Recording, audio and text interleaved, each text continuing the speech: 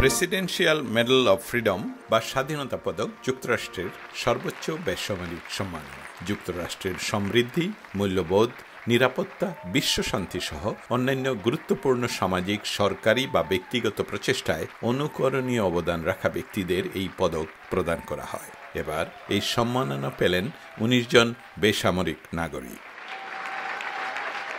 শুক্রবার হোয়াইট হাউসে এক বিশেষ আয়োজনে পদকপ্রাপ্তদের নাম ঘোষণা করা হয়। পরে সম্মাননা পদক তুলে দেন মার্কিন প্রেসিডেন্ট জো বাইডেন, নিউ ইয়র্কের সাবেক মেয়র মাইকেল ব্লুমবার্গ, সাবেক ভাইস প্রেসিডেন্ট আল গোর, সাবেক পররাষ্ট্রমন্ত্রী জন কেরি, নিম্নকক্ষের সাবেক স্পিকার ন্যান্সি পেলোসি সহ ১৯ জন বেসামরিক নাগরিককে এই বিশেষ সম্মানসূচক পদক দেয়া হয়।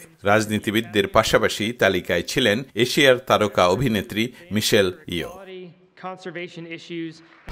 ১, ২, ৩ ঢাকায় জমি জিতে নিন ১০০% ক্যাশব্যাক সহ ২০ কোটি টাকার পুরস্কার।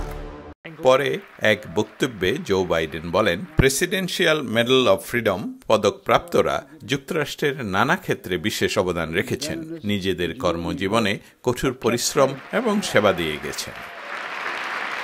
প্রেসিডেন্সিয়াল মেডেল অব ফ্রিডম যুক্তরাষ্ট্রের সর্বোচ্চ বেসামরিক সম্মান, যারা মার্কিন যুক্তরাষ্ট্রের সমৃদ্ধি, মূল্যবোধ বা নিরাপত্তা, বিশ্বশান্তি ও অন্যান্য গুরুত্বপূর্ণ সামাজিক, সরকারি বা বেসরকারি প্রচেষ্টায় অনুকরণীয় অবদান রেখেছেন, তাদেরকে প্রদান করা হয়। দস্তগীর জাহাঙ্গীর, সময় সংবাদ, হোয়াইট হাউস, যুক্তরাষ্ট্র।